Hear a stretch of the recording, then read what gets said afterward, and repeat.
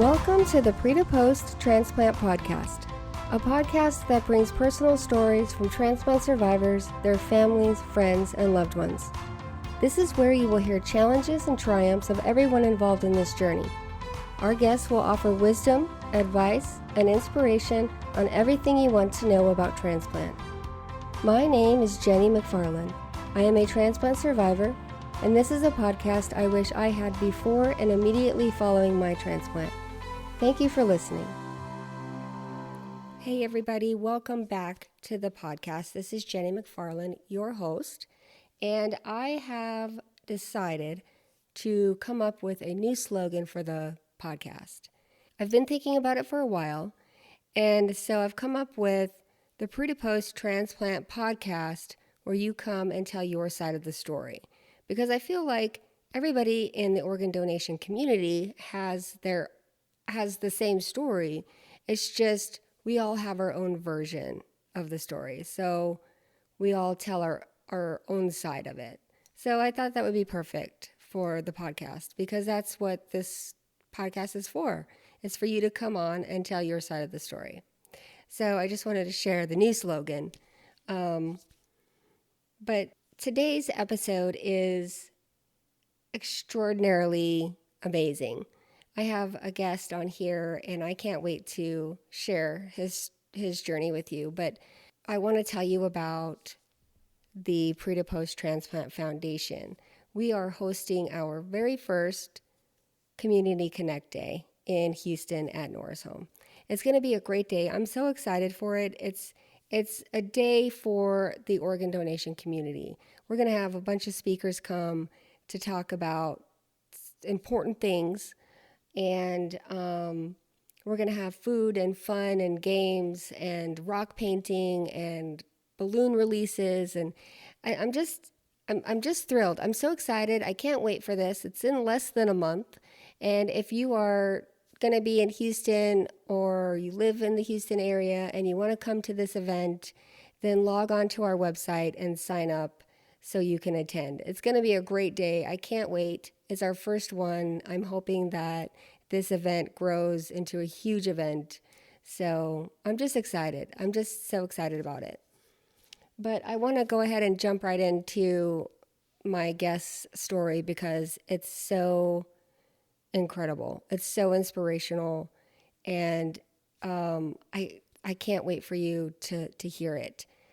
My guest is a 2-time living donor. So he donated his kidney and then donated his liver like a few years after that. So you don't hear much of that. And I love talking to living donors just because I feel so grateful for them. I feel so thankful that there are people out there willing to do that. There are people out there who are willing to be somebody's hero. And I just want to touch on something that we talked about in the episode. And that is, if you have thought about being a living donor and decided, you know what, that's not for me, then okay, that's fine. But I just want to emphasize the importance of making sure that you check off that little box on your driver's license. And even better, log on to www.organdonor.gov and register. You can get on there and you can pick which organs you want to donate if you don't want to donate all of them. If you change your mind, you can get back on there and say, never mind, take me off the list or take me off the registry. So if you haven't done that yet, please hit pause right now and go do that. It takes literally less than 2 minutes to do it. It's not hard, and you're going to be saving somebody's life, somebody like mine or somebody like all my other guests here. So, once you pass away, you really don't need your organs. You don't need them in heaven. You're not going to take them there. You don't need them. Give them to somebody who can use them. So with that, I'm going to jump right into the episode because I just can't wait for you guys to hear it. So be prepared to be inspired. So, with that, please, well, with that, go hit pause, go register to be an organ donor, and then come back and help me welcome my guest, Josh Harrold. Hi, Josh. Welcome to the podcast. Thank you so much for being here. Yeah, thanks for having me. You're welcome. So, you are a living donor, I and am. um, you're not just a living donor once, but twice. So, tell me a little bit. Let's start with your first experience. So, tell me a little bit about how that came and when that was, and what you donated. Yeah. So first experience was I donated my left kidney to a really good friend up in the Bay Area. Her name's Kelly. Just a incredible light, an incredible friend, and she has polycystic kidney disease. So for quite some time, she had kind of known this day was coming, where her kidneys would get to the point of failure, and she would be needing to make this big ask of friends or family to see if anyone could come forward. She posted on Facebook in the fall of 2016 that her kidney scores had finally gotten to the point where she was going to be able to request a a living donor transplant. They weren't low enough to actually do the transplant at that point, but they'd gotten to the point where she was going to go on the donor list. Mm-hmm. So she made that post on Facebook that it was getting to that critical stage, and I saw that post. My wife saw that post, and when I got home from work that night, I went to my wife and I was like, Erica, did you happen to see Kelly's Facebook post? And my wife immediately was said, "You want to do it, don't you?" and and of course that's what I wanted to do. And I think through this, you to be a living donor, you have to have an incredible support structure. And Yeah, my wife is the most giving person out there, and she's been all about it both times, and yeah, fully kind of leading the charge at our home and taking care of me and the household. And right. there's you need a lot of help when Yeah, you're a sure. donor. So So let me ask you if when you saw that post, was doing something like that kind of already in the back of your mind that maybe someday you might donate your kidney, or was it just like a since she's your friend that was like the first time you thought of it, like, oh, she needs a kidney, this is something I think I want to do. that's a good question. I've always been, I checked the donor box on my driver's license. So I've always known that I'm firmly in that camp where I believe in organ donation and always want my life to serve a greater purpose. Yeah. I've for a number of years I've been part of the Be the Match bone marrow registry, and Okay. that hadn't come to fruition where I, I still haven't been chosen for that, but was in the system ready to give bone marrow. I had never taken any steps to see what it would take to be a kidney donor, but I think I've always been inclined to uh, consider something like that. And Yeah. then when it was a good friend, Kelly's like family, and I feel like Yeah. you should do anything and everything for family and friends. Right. And it just wasn't a question that when she needed support, I was going to volunteer. At the time, I thought it was probably a long shot. I Yeah. didn't even know if I was going to be a matching blood type, and then any of the other markers that you go through. Had no idea if I'd be a match. And it was a long process of a lot of tests to get to the point where, sure enough, we were a match. And it was funny when it was identified that I was the match. they told me that I was such a match. They usually only see that in brothers and sisters. So um, it truly was where she was like family. Yeah.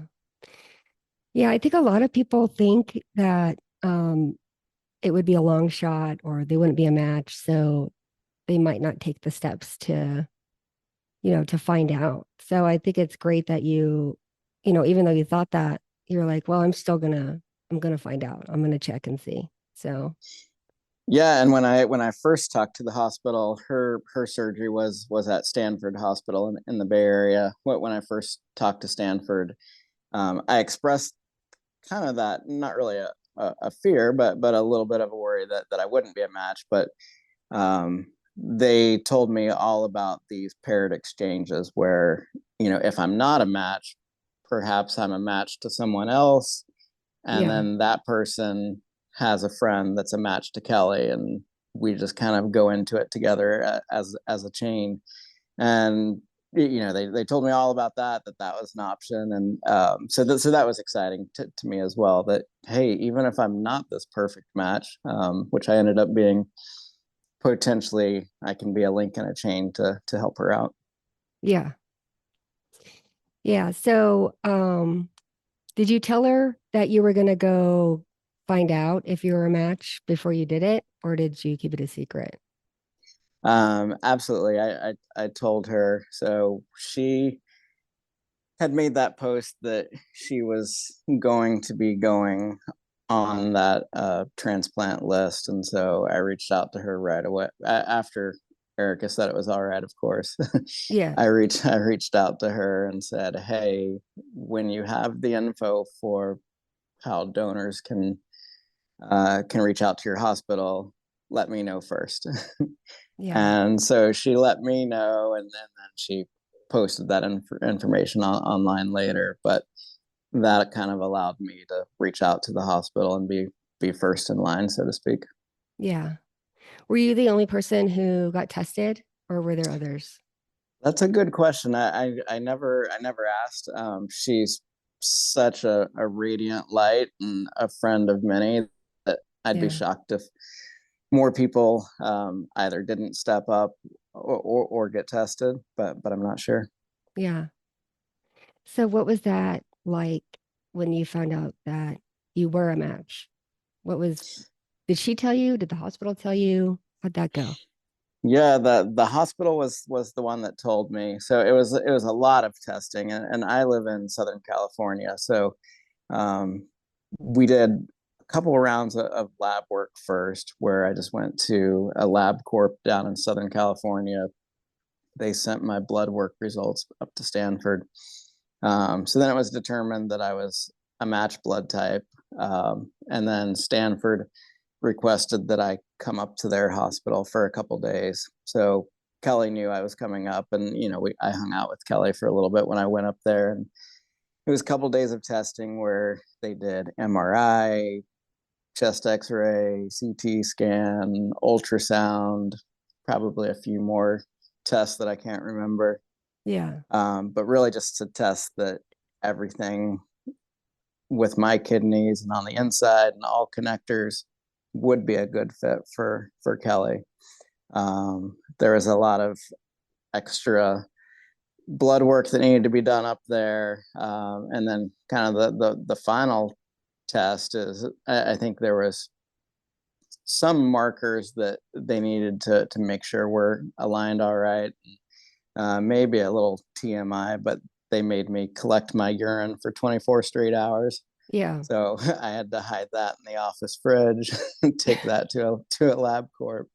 But once it was all said and done, the hospital called me with that exciting news, um, and so I was floored. I was ecstatic, but then I was sitting on this incredible news yeah, where I was talking to my wife about it. I was like, this is kind of like when I proposed to you. Like, this is pretty epic news, yeah. and it should be like a marriage proposal event or a promposal event. Right. And Yeah.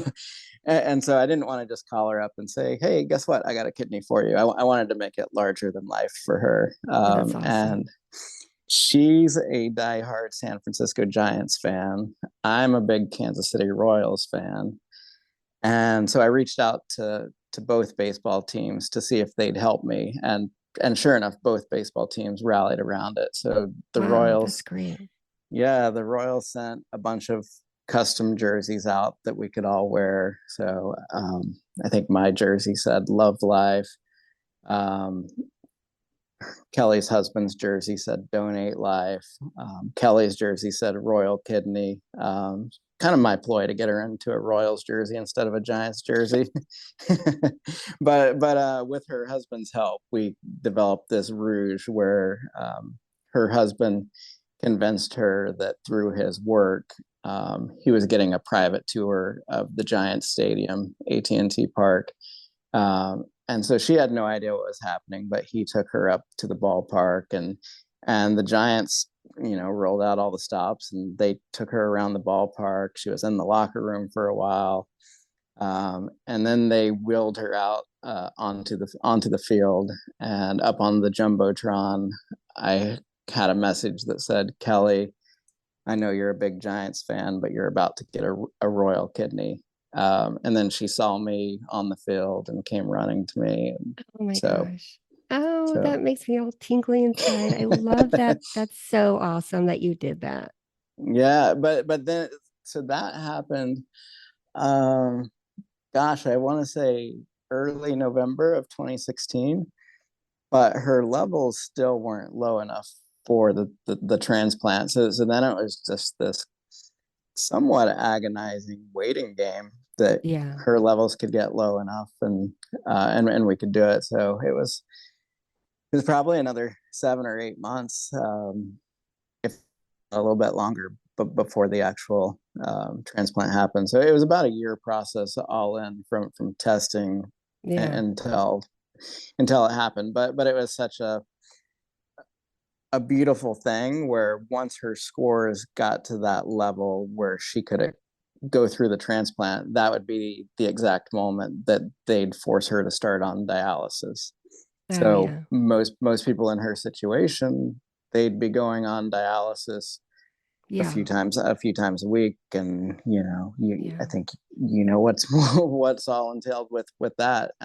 So Kelly's one of the lucky few that she got to that point, but instead of ever touching dialysis, um, she just got my kidney.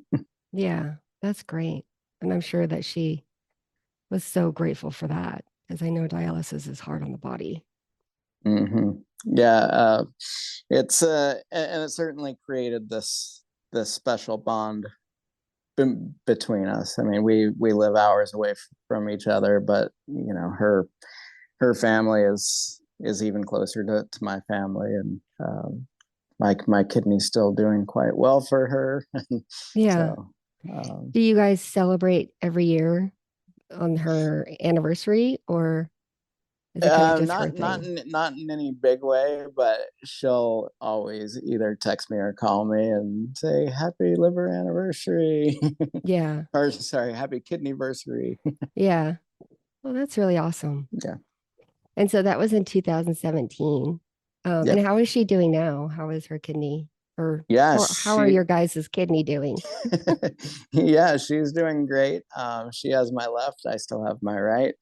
So I've had zero issues at all. The the scar healed totally fine. It's very minimal what you see. Yeah. She had a few complications post surgery that she had to go back into the hospital for a couple weeks, but it was just all about leveling out her medicine and making sure she was on the right anti-rejection medicine. Right. But she couldn't be doing better, and she's she kind of has this new lease on life. So did she name the kidney? I know a lot of people like to name them. She does call it the JCH kidney. Okay. So those are my initials. So Oh, there you go. Yeah. I mhm. think I don't think I've ever met somebody who got a kidney who didn't name their kidney. So Yeah. it's like a thing. Um, And so your surgery was pretty good, right? I've heard when you give a kidney that this the surgery process and recovery process is pretty easy. Like you don't typically you don't have a whole lot of issues. Yeah, almost no issues. It was laparoscopic surgery, which is how, 99% of kidney surgeries are done. I think I was in the hospital just 2 nights and 3 days. So, Yeah. that evening, his surgery was in the morning, and that evening they were getting me out of bed and having me walk around the level of the hospital that I was on. Yeah. That was really their biggest concern is if you're not walking, you have potential to get blood clots, and Right. that was kind of the most serious complication. So as soon as they told me that, I was gladly walking. So I walked a lot, a lot, a Yeah. lot. Um, Kelly was kind enough. She got me an Airbnb up in the Bay Area for 2 weeks. They wanted me to stick around the hospital for at least a week after. Yeah. That way, if there were any complications, I was right Yeah. there. Yeah. Um, but yeah, I had no complications. I think maybe after I left the hospital, I was on pain meds for another 3, maybe 4 days was all. Okay. Um, then I gave those up, but really it was just all about the walking that made me feel good, and I was back to work as soon as I got back to Southern California. So a couple weeks later, I was back to work, and just didn't lift much for a while. They said I couldn't Yeah. lift more than a gallon of milk. So Yeah. That's hard. That's hard to yeah, do whenever you're when you're feeling yeah. great There's and you're like back, but you still can't lift. Yeah. there's parts of it that's nice. I felt like a princess, and I could point to things and say, "Yeah, you picked that up." But then, I have a child, and I'm used to picking Yeah. my child up, and uh, that part's the difficult part. Or Yeah. if there's something needed around the house, I do want to feel like the man of the house, and That's right. you Yeah. just Yeah. can't do that. So Awesome. So, you guys are both recovered and you have this incredible special bond now. And then you decide to do something amazing again. Tell me about that experience. yeah, I guess it was about a year ago. I read some article, not even sure where it was at, but I read it online. Somebody had emailed it to me. It was an article that's a few years old now, but it was talking about these quote unquote double donors. And I think the article referenced that there was something like 47 double donors in the world, and it's these individuals that have given 2 organs. And I was like, oh, that's so awesome! I want to be part of that cool club. And I think now at this point there's more than that, but still less than 100 worldwide of these double donors. And so I didn't really know what was entailed with it, and if I could be a double donor. But I did quite a bit of research into seeing what it would look like. Um, and to take a step back, my daughter was born 10 weeks early, and she was in the NICU, and um, things went totally smooth for her in the NICU, and she was out after being in the NICU for almost a month. Oh, But wow. while we were in the NICU, I didn't have many fears for my daughter because she was meeting every milestone. But you're just surrounded by all these other parents that are dealing with very painful decisions, and a lot of fear and not knowing what's next. And some of those are hopeful for transplants, like a liver transplant. And so it's always been stuck with me that if I can ever help a NICU parent go through this very stressful time, I would. And so as I was thinking about being a double donor, I knew in my heart that I wanted it to be for a child at a NICU.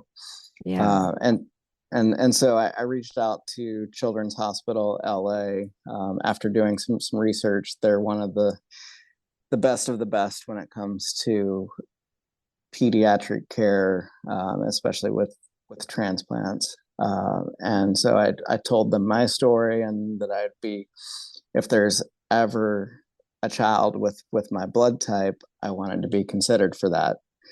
And so they took down all my information. They referred me to the team at Keck USC, and then I completed some paperwork with Keck USC, and that's where it stood for about a month that I had submitted my information, and I was told that if a child ever matched my blood type, then they'd go through the testing. So I think I reached out to them in early October, and then on November 1st, I got the call from USC, and the call was simply, "Hey, this is USC.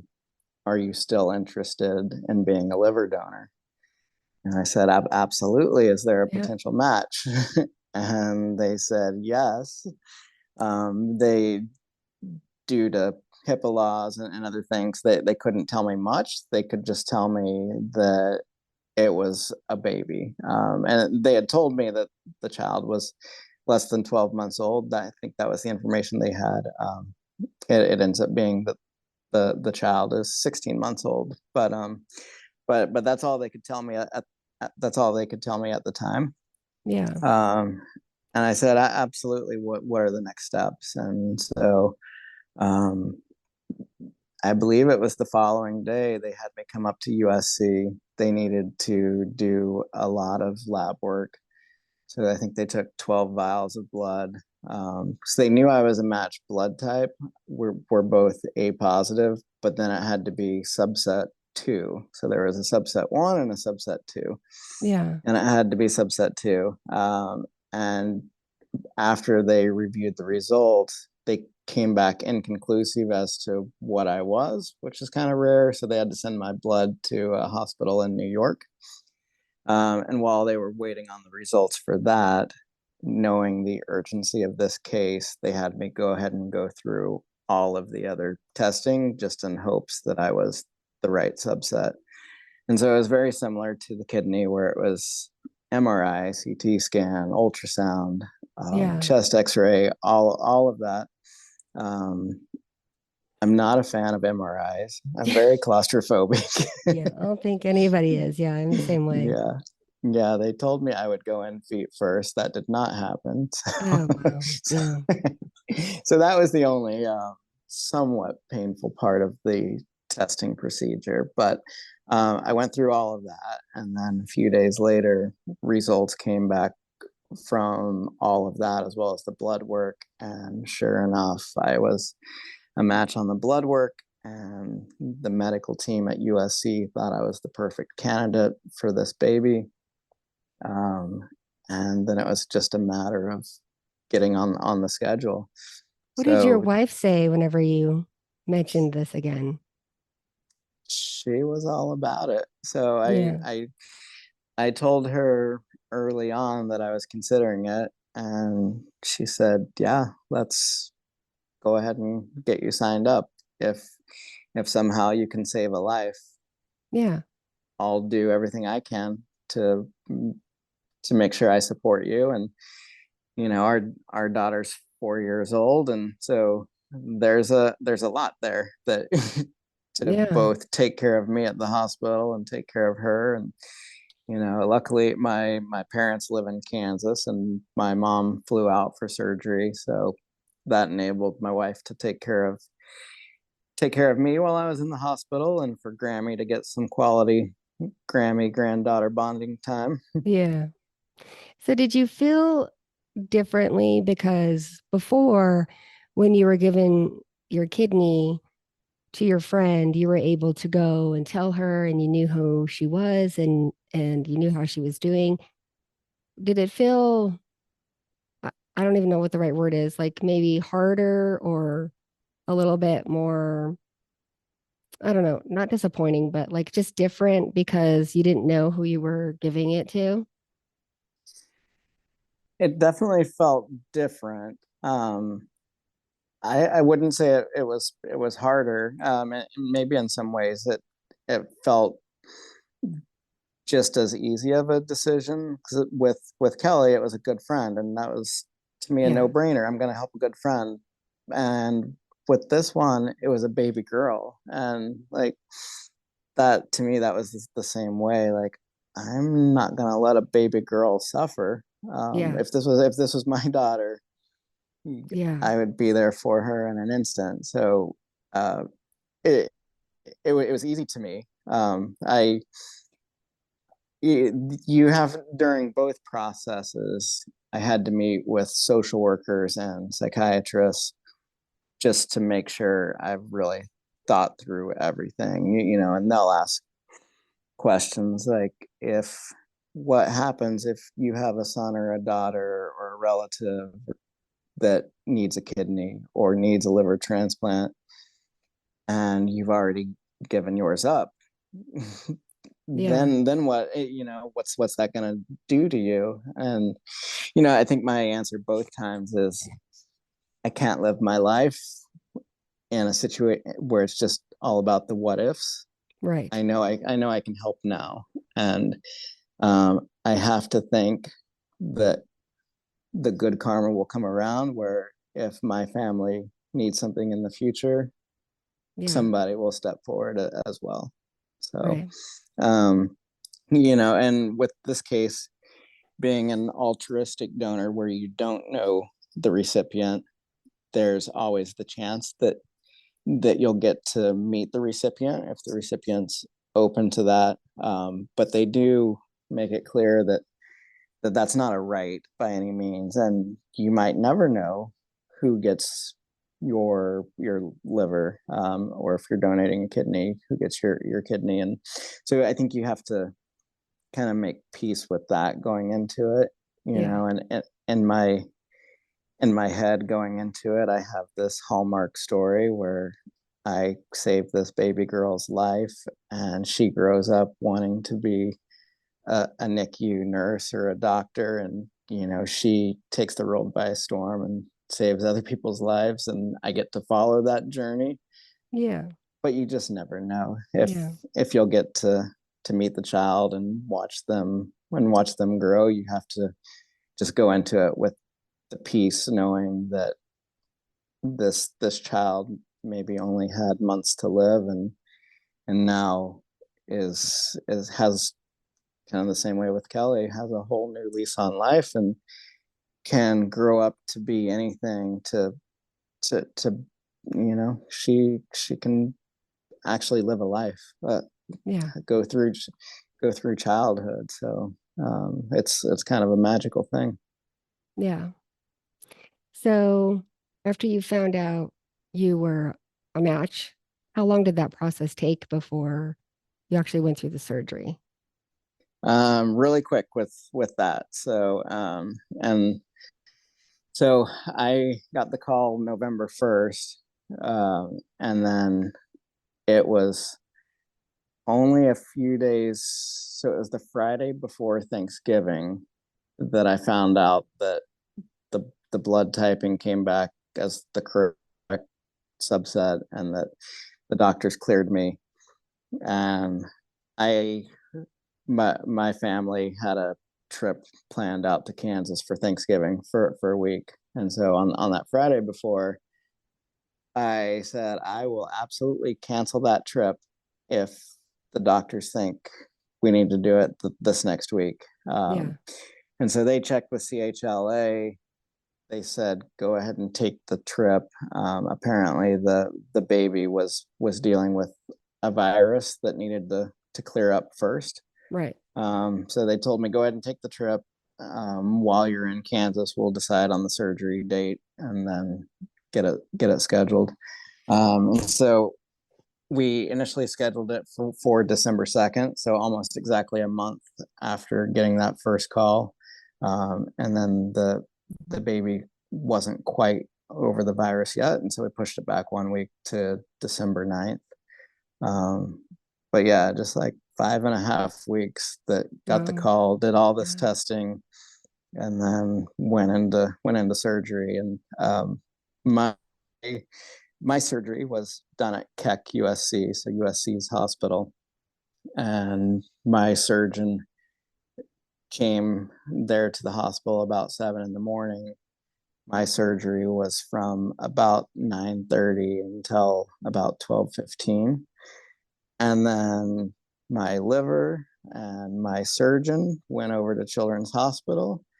And then I think this baby girl, her surgery started about 3 in the afternoon and didn't wrap up until 2 in the morning.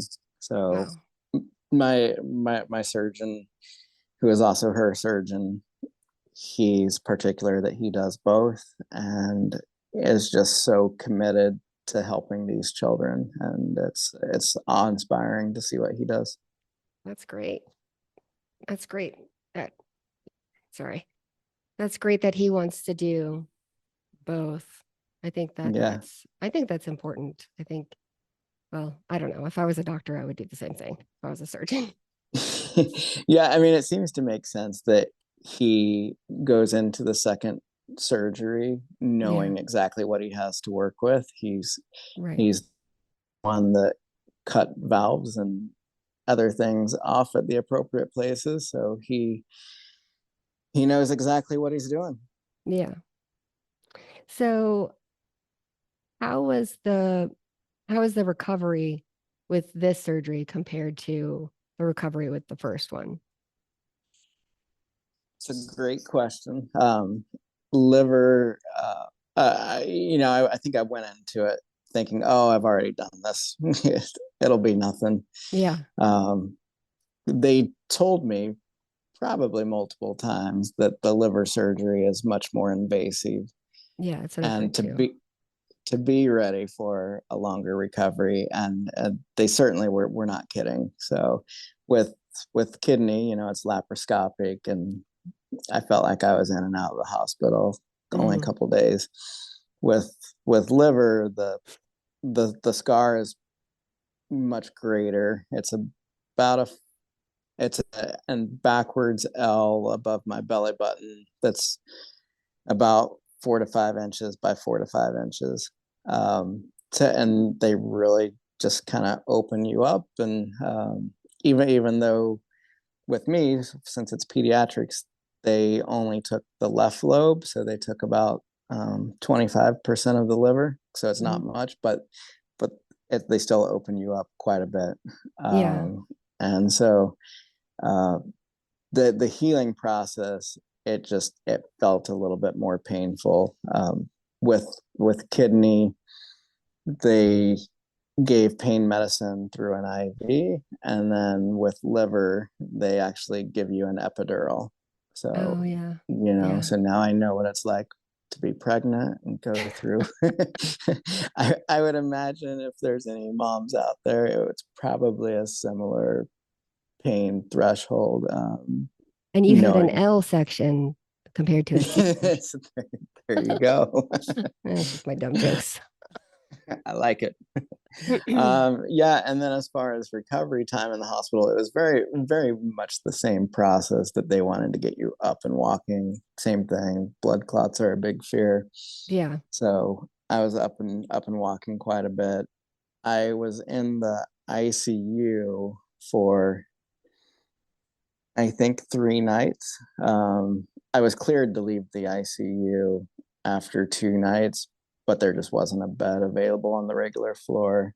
Okay. Yeah. Um, but total time in the hospital was 5 nights and 6 days, so a little more than double the time in the hospital. Yeah.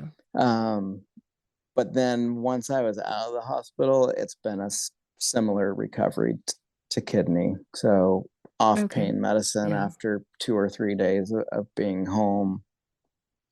Actually, the very next week, I was working remotely, and then 2 weeks after surgery, I was working back in the office.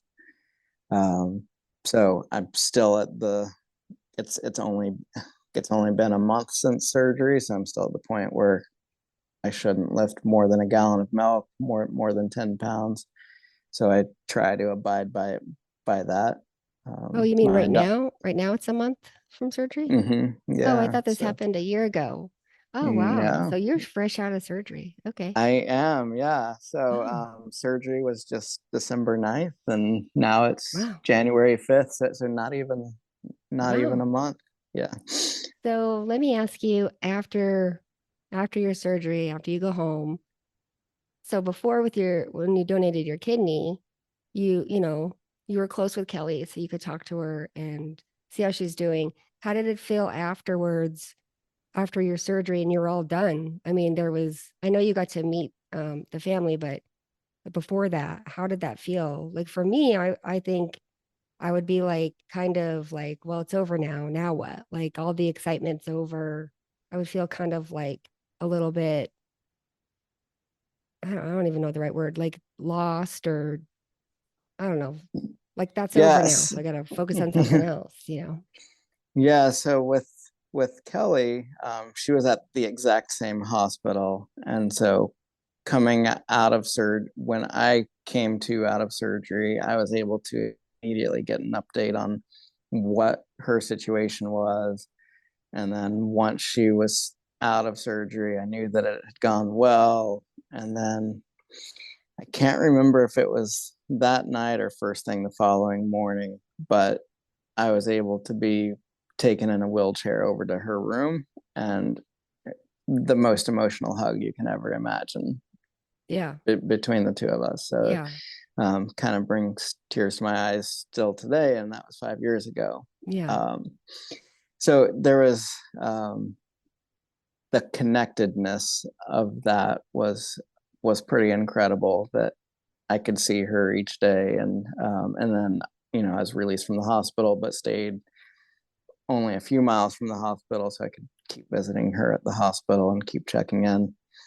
Um, with this surgery, the liver, I all I knew was it was a baby girl at CHLA, so wasn't even the same hospital. It's about 20 minutes away. Um, that was my only concern and question was I knew how I was doing. I mean, I was in some pain, but I knew it was a successful surgery on my end. But my question was, how is she doing? Yeah. And nobody could give me an answer for the first 24 hours. It just they either didn't know the answers or weren't allowed to tell me. Yeah. And luckily, my surgery was on a Friday, but my surgeon, who's just so incredible, like there's not enough words to talk about how great he is. He works nonstop, even though he finished her surgery at 2 in the morning, ultimately on Saturday morning. He was back in my hospital room Saturday morning at about 10:30 in the morning, Wow. checking in and making Yeah. sure I was all right.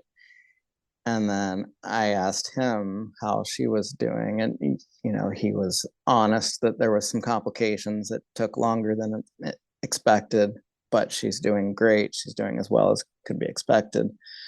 Um, and I had some gifts for the baby that my wife gave to the surgeon right then. So I had this little teddy bear that had been cross stitched that had the exact scar that both the baby girl and I now have on the teddy Oh, bear.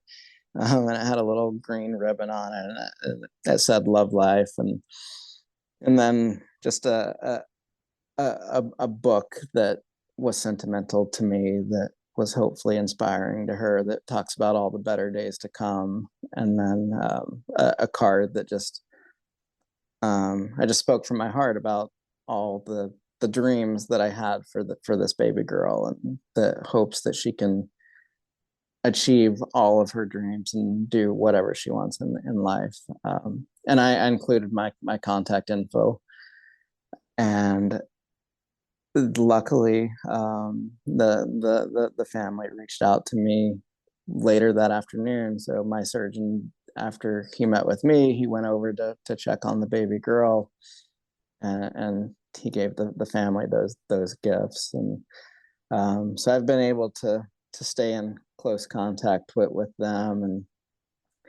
And 2 weeks after my surgery, I had a follow-up appointment with my team. And the surgeon at that point, for the first time, told me how dire the situation was. And I found out that this baby girl's liver was black, and it was not working anymore, and she may have had about a month to live. And this certainly was her last Christmas. And Wow. they don't tell you those things as Yeah. the donor, because they don't want to pressure you.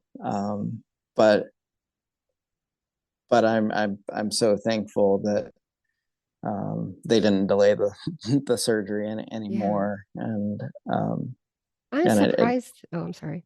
oh, no, go ahead. I was just gonna say I'm surprised that they told you that stuff and that they let you give those gifts with your contact information because and it might be different for living Yeah. donors, but for recipients, like you can't give out any personal information. A lot of hospitals make you wait a year before you can reach out to them. So that's shocking that you got to, less than a month, you've already heard from them and met them and stuff.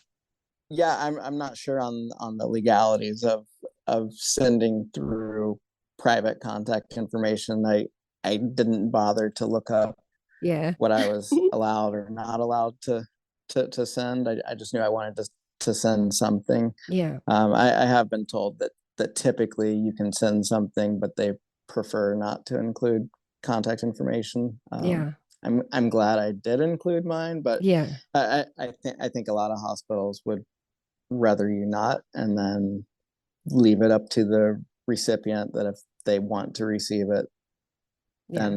then provide it. But it's been such a blessing to get to know the family. And right after that consult with my surgeon at my hospital, we drove over to Children's Hospital LA. And they had put the baby girl in her Christmas dress, and Oh, she just looked so beautiful and so happy. And I was able to get some snuggles, and she warmed right up to me. So everything about it just felt yeah. truly perfect. I saw some of the pictures on Facebook when you got to meet them. And so what was that like meeting them? I know probably what it was like for them, but what was it like for you? Yeah, I mean, it was kind of butterflies going up to the hospital room, like just nervous energy, that's the positive energy. um Yeah. Grateful for the opportunity to meet this baby girl and the family. And then just happy tears. I think we all had tears rolling down our cheeks. And I was Yeah. truly just I've listened to a couple of your podcasts. And I've heard other donors speak that it was just a true honor Yeah. to be able to do what they did. And that's the easiest, best way to describe it. It's such a privilege to be able to be the match, and to know that your organ is truly saving this life. And now this family doesn't have to live in fear, and this baby girl has this huge obstacle taken away, and can can be whole again. And so I think all of those thoughts are just swirling through your head as you're meeting this baby girl and Yeah. the family. And it, the emotions were just as high as hugging Kelly after surgery. So Yeah. I've been keeping in contact with the family almost daily. And this poor baby girl's gone through so much. She's 16 months old and has basically lived in a hospital her whole life, and Yeah. she's been dealing with some high fevers since transplant, and some acute rejection that they're treating with steroids, and an abscess that needed to be drained. So, Wow. but by no means is her journey over, but the transplant part of it is seen as a big success. All of her liver numbers are getting better each day, and everything else um, that's stemming from this is all treatable. It just takes time, and luckily she's in at CHLA, which is the best of the best, and it just might be another month or two, unfortunately, until she's able to leave. But I see that as there's a silver lining that I can go visit more. So Yeah. um, the the baby girl doesn't live locally. They flew in for the surgery, so Yeah. um, I'll see it as a blessing that I can spend a little bit more time with her. But she's in has the best care possible, and it seems like daily she's getting a little bit better each and every day. That's great. That's great. Yeah. Wow. So, what did Kelly say when she found out that you were gonna do it again? I think her words were, "You are crazy," um, Yeah. which she already knew. So, Yeah. but yeah, she was.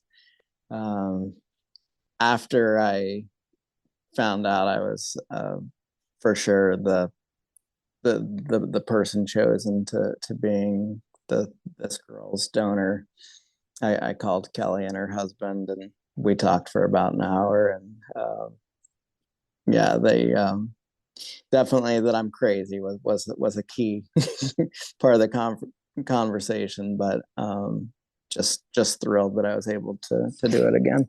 Yeah. Yeah. So, I know that the liver ends up growing back.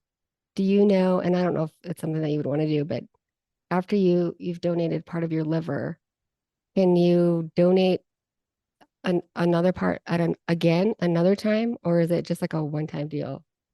Yeah, I asked him that if that's possible, because I had the same thought, like, oh well, You you just keep just giving it over and over. Yes. right, yeah, you Mhm. just told me that if you took an ultrasound of my liver 6 weeks after surgery, you wouldn't be able to tell. So Mhm. instead of stitches, can you just do like a zipper on my chest and and keep doing it? But apparently, it's a one-time shot. So Okay. Yeah, um, I didn't know that. So and they've told me there's no more organs I can donate, so it's two and you're done. So yeah. so I guess I have platelets and blood, and that's my future. Yeah. Well, usually somebody only donates one organ, so you've got to do two. And you said there was 47 other people that have done it?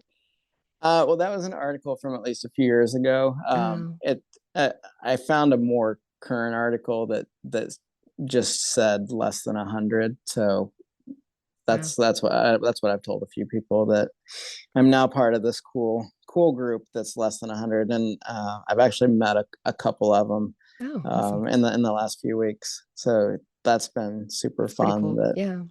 I'm now part of their group.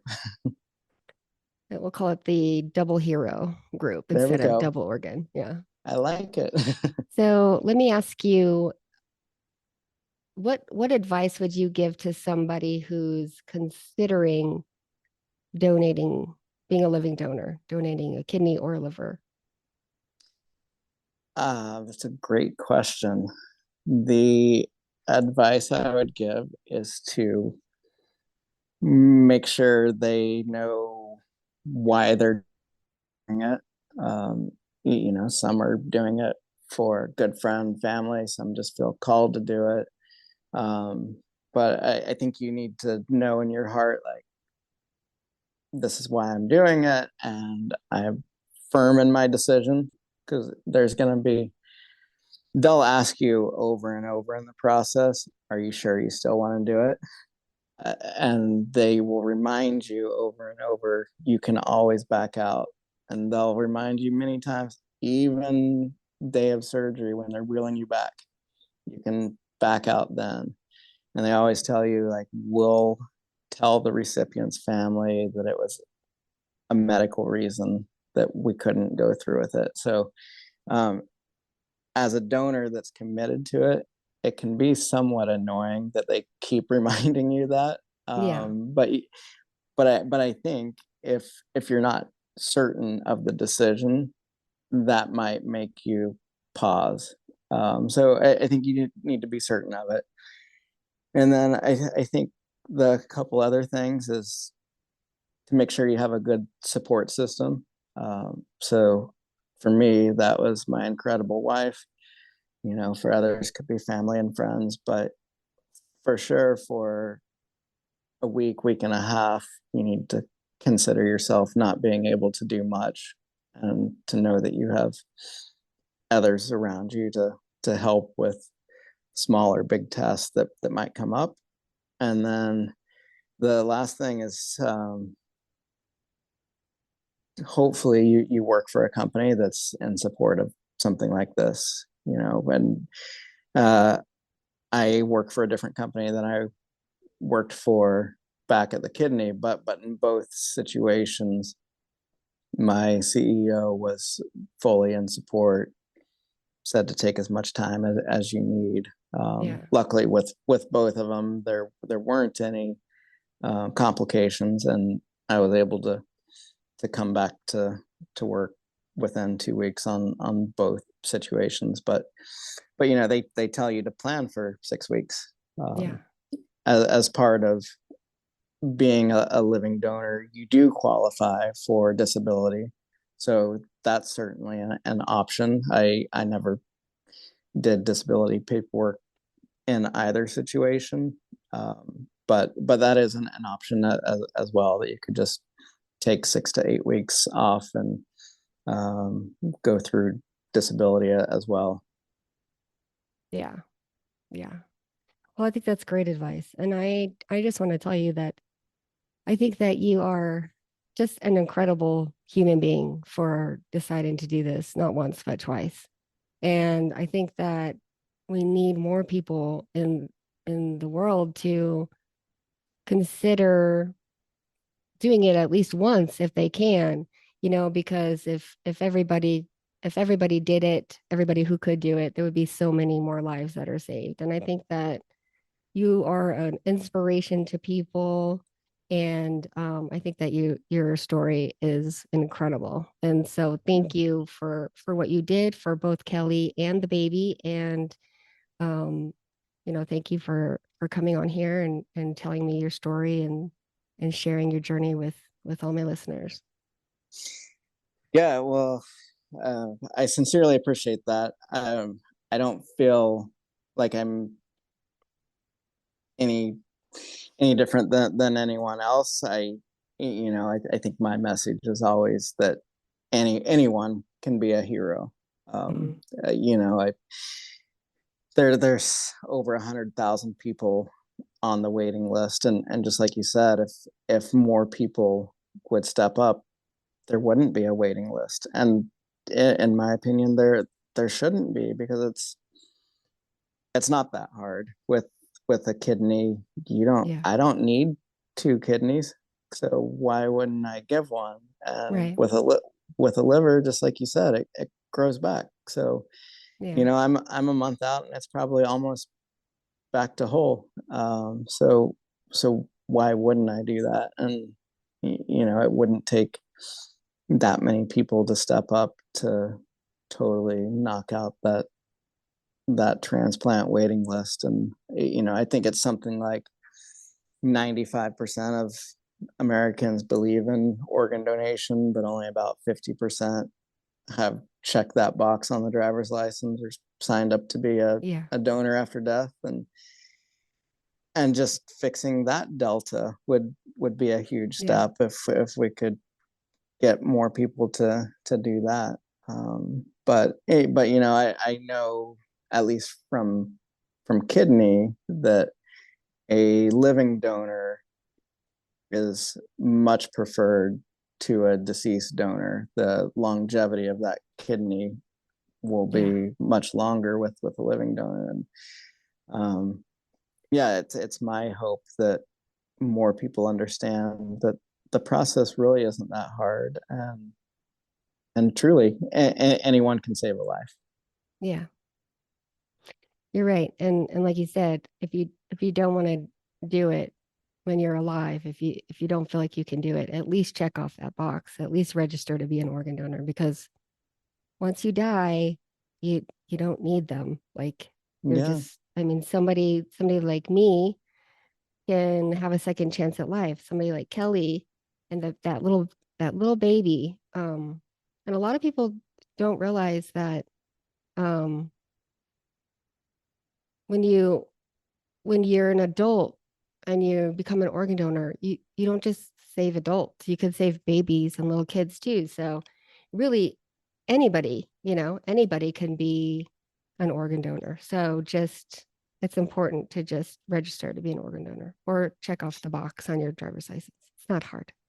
So Yeah, exactly. And I and just and to be a living donor, just getting tested doesn't uh force you to right. do it. So you might as well get tested to even see if you're a match, if you have a family member, a friend going through something like this. Yeah. you, And you you can even know get tested without them knowing, right? So 100%. Yeah, yeah. you just reach out to their hospital, and I guess one other thought on that is, some people have asked me about the financial commitment of this, and it's always covered by the recipient's insurance. Yeah. So even this baby girl, it's her insurance that covered everything. So I'm not out at all. I did lab work a couple days ago. Even that's covered. So Yeah. um, they truly make it as simple as possible. They I've now done it at two different hospitals. Both hospitals rolled out the red carpet, so to speak. They always try to take care of their donors and hold them up with high esteem. And I, I felt like a princess in the hospital. They're constantly showering you with gratitude that can be a little overwhelming. They gave me Yeah. a medal and a certificate and a shirt that said I am a hero. And Yeah. it's all super touching, and it's just it's my greatest honor to be able to know that I've been able to save not one but now two lives. And Yeah. when I when people ask me what I'm most proud of, I always tell them three things, and it's that I have the most incredible wife, I have an amazing daughter, and I'm an organ donor. So Yeah. um, I I don't think until you've been an organ donor, I don't think there's a true way to articulate how satisfying it is to go through the process and Yeah. know that you've helped in this tremendous way. And part of talking to the psychiatrists and social workers, they'll another one of those hard questions is the what if the surgery on the other end doesn't go well, uh, or if your liver or kidney is rejected after a month or a year, how are you going to feel? And my response was always that that would be truly heartbreaking, but I would at least know that I've given it all I had. And Yeah. like that's all anyone can ask, is just give everything you can, and it'll always come back to you. So I was reading a quote the other day, from Jackie Robinson. He's my favorite baseball player, my favorite historical figure. And the quote that he had is, "A life is not important except in the impact it has on other lives." And that resonated with me, because what are we doing here if we're not trying to help others and impact others' lives? Right. That's a great quote. So, Well, it's been really nice talking to you. And thank you again for coming on. And I can't wait to share this with everybody so you can inspire more people to sign up to be an organ donor. So thank you again for coming on and sharing with me. yeah, and thank you for all you do. Like I mentioned to you off air, what you're doing with this podcast and your organization is truly inspiring. And I Thank you. wish I knew about the podcast prior to either of my Yeah. surgeries. It's certainly helpful for donors, for recipients, for caregivers, Yeah. so many people. So thank you for doing what you're doing. You're welcome. Thank you for listening to the Pre to Post Transplant Podcast. Please be sure to subscribe to the podcast and follow us on Facebook. Oh, and if you have not signed up to be an organ donor, please visit www.organdonor.gov and register today. You too can save lives.